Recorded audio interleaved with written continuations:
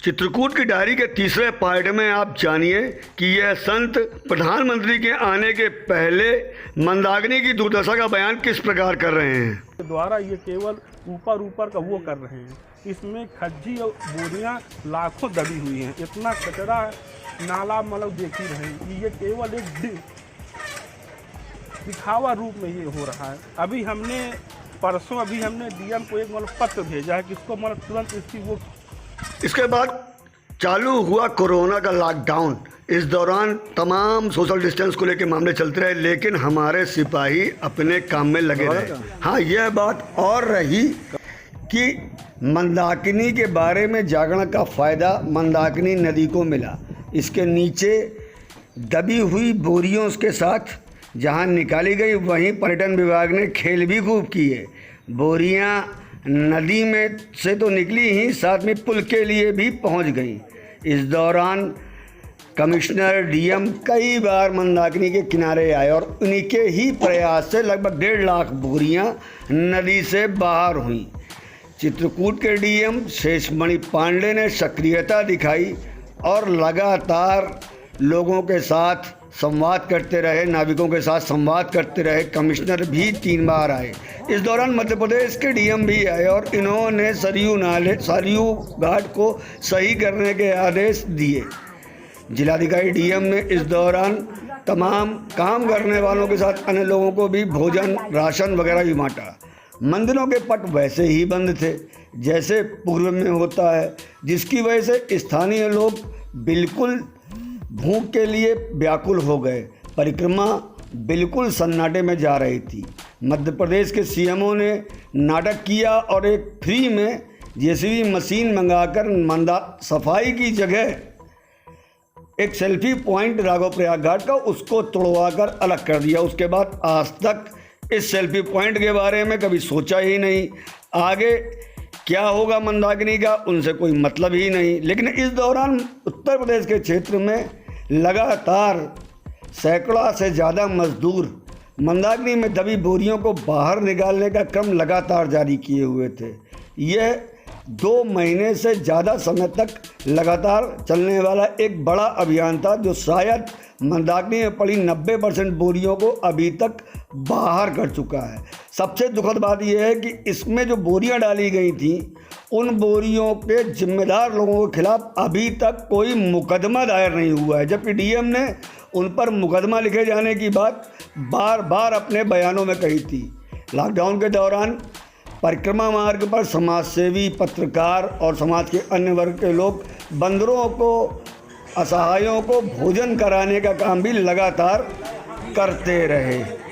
Corona lockdown खुलने के बाद मंदिरों में थोड़ी सी चहल पहल बढ़ी, मगर जो रिस्ट्रिक्शंस लगाए गए थे उसको लेकर लोगों ने केवल दर्शन किया। वहाँ की न शंकर जी पे पानी चढ़ पाया और न ही फूल। लोगों को आशा थी कि मंदाकिनी आरती फिर चालू होगी, मगर एक बार उनकी आशा निराशा में बदल गई।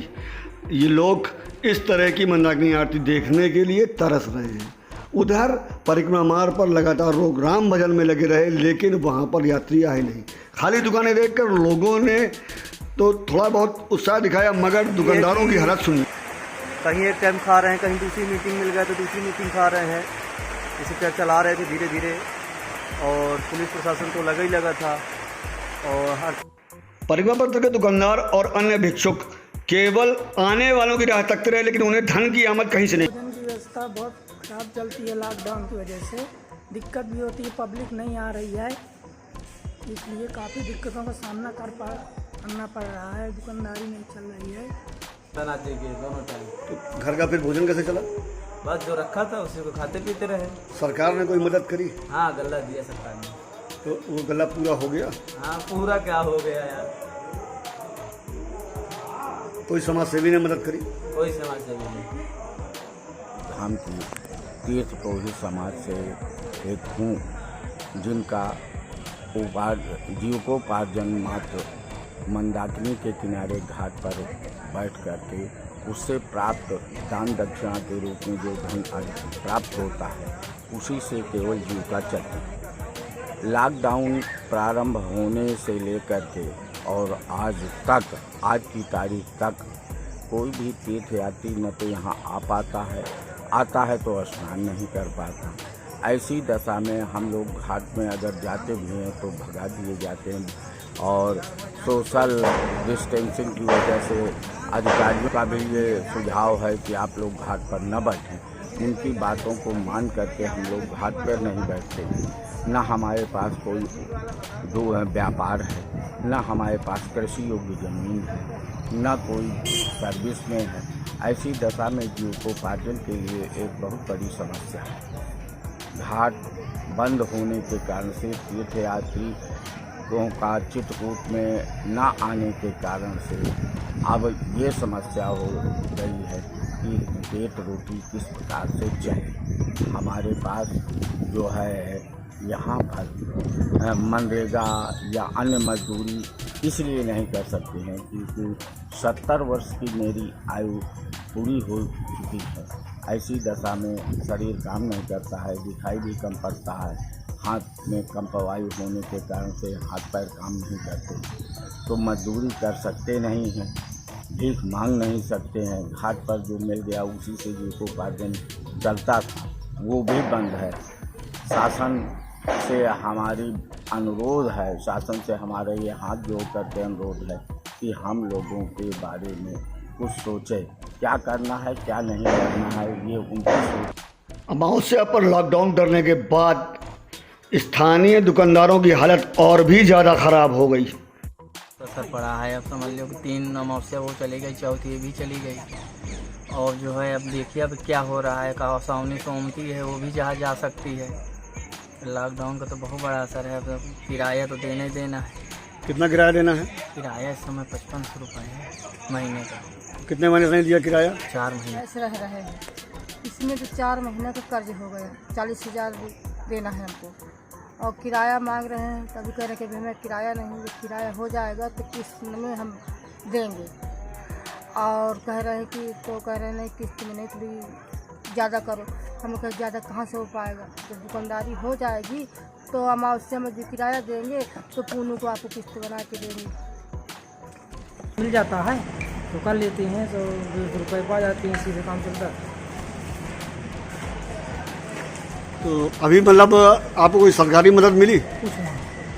समस्या तो सर बच्चों के खाने पीने की है, कमाई भी नहीं हो रही है, बच्चे स्कूल भी नहीं जा पा रहे हैं, कमा कर उनको पेट भर खिला नहीं पा रहे हैं, यही समस्या है। तो सरकार ने कोई मदद करी आपकी? कोई नहीं मदद की। ये जो आपने नारियल का टूटा हुआ भाग रखा हुआ है, ये क्यों रखा हुआ है? ये खाना बनाने के लिए है सर। क्या आपके पास गैस नहीं है? नहीं सर। उज्ज्वला योजना से गैस आपको नहीं मिली क्या? नहीं। वैसे इस बड़ी समस्या को लेकर स्थानीय जिम्मेदार लोग भी मुखर हुए। इसलिए हम सारे लोग बैठ के चर्चा करेंगे शासन प्रशासन से कि यहाँ की आजीविका का कैसे निस्तारण हो। ये लोग किस प्रकार से जो बाहर से आकर के यहाँ पर रोजी रोटी इनकी चलती है, दुकान वगैरह और मठ मंदिर धर्मशाला इत्यादि, तो कैसे चल सकें, उनकी आजीविका चल सके, इस पर बातचीत करेंगे। और अमावस्या आने वाली अमावस्या के बारे में भी विचार किया जाएगा कि हम सारे इंतजामात करके पब्लिक को, श्रद्धालुओं को दर्शन करा सकें। और जो हमारे धर्मशालाएं हैं, दुकानदार वगैरह हैं, उनके जीवन के बारे में भी सोचेंगे कि उनका भरण पोषण कैसे हो सके। मनुष्य की 3 ही मूलभूत आवश्यकताएं होती है, रोटी, कपड़ा और मकान। इसी तरह से मकान में रह लेगा, कहीं भी अपना गुजर बसर कर लेगा, किंतु बिना भूख के, बिना भोजन के वो जीवित नहीं रह सकता। तो अच्छा, कोरोना महामारी है तो इस महामारी से भी बचना जरूरी है। इसमें सावधानी वांछनीय है, सावधानी रखना अच्छी बात है, होनी चाहिए।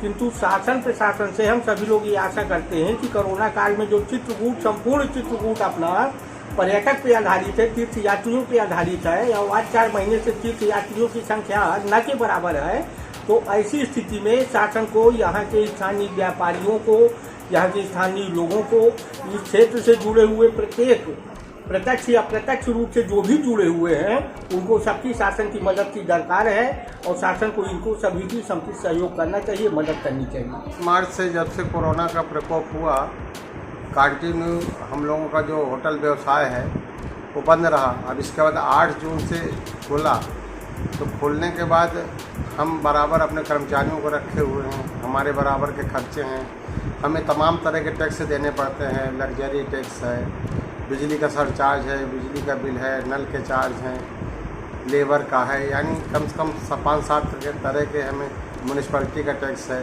ये सब हमें देने पड़ रहे हैं। और बहुत से लोगों को और हम लोगों को जो भी बैंक से कर्ज हैं या प्राइवेट कर्ज है उनकी ब्याज देनी पड़ रही है। तो अब तो हम लोगों का व्यवसाय अगर यही परिस्थिति बनी रही तो हो सकता है कि हम लोगों को ये व्यवसाय ही बंद करना पड़े। इस वजह से आगे जो चला पाना बड़ा मुश्किल है। सरकार से हम ये मांग करते हैं कि इस व्यवसाय को ज़िंदा रखने के लिए ये जो तमाम तरह के टैक्स हैं इसमें राहत हो और हमें प्रोत्साहन मिले, जिससे हम पर्यटकों की सेवा करें, क्योंकि 95% व्यापार हमारा पर्यटकों पे आश्रित है।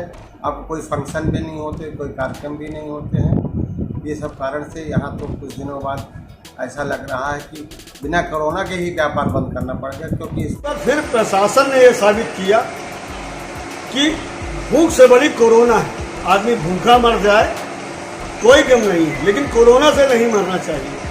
वैसे इस समय कोविड को लेकर पिछले 4 महीने से जो पूरे देश का हाल है, ऐसा लग रहा है कि सरकार ने व्यक्ति को जान बचाने के नाम पर भूखा मारने की कसम खा रखी है। चित्रकूट तीर्थ नगरी है, यहाँ पर आने वाले 100% लोगों में से 95% लोग ऐसे हैं जो यहाँ की जीविका के आधार हैं। 95% लोग यहाँ पर बाहर से आने वाले श्रद्धालुओं के द्वारा दिए जाने वाले पैसे पर आधारित।